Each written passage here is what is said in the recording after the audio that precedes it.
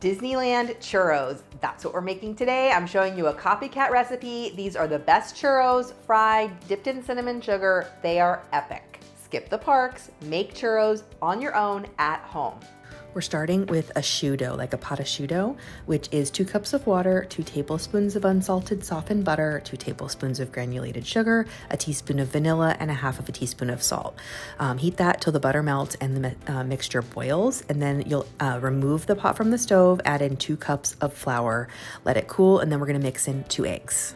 Super important when you're making homemade churros is you want that dough to cool enough that you don't cook your eggs. So make sure and pay attention to the recipe. It's linked down below in the description for all the different cooling steps while we're making the dough.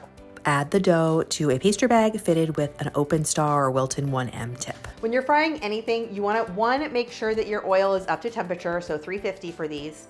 And then you need to monitor the temperature with like a candy thermometer or an instant read thermometer, but you need to monitor it consistently because when you add the churro dough to the oil, it's gonna reduce the temperature, but you don't want it to go too low.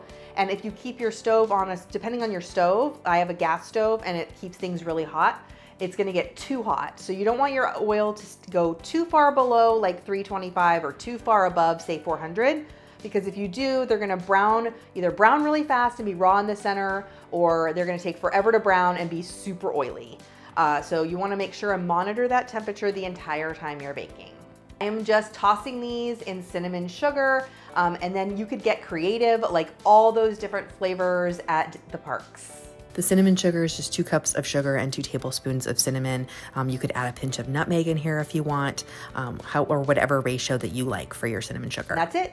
Disneyland churros at home. These are so delicious, so easy to make, easier than you think, I promise. Skip going to the expensive park, wear your ears at home, and enjoy some Disneyland churros.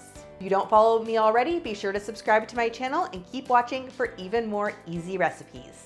Disney copycats too.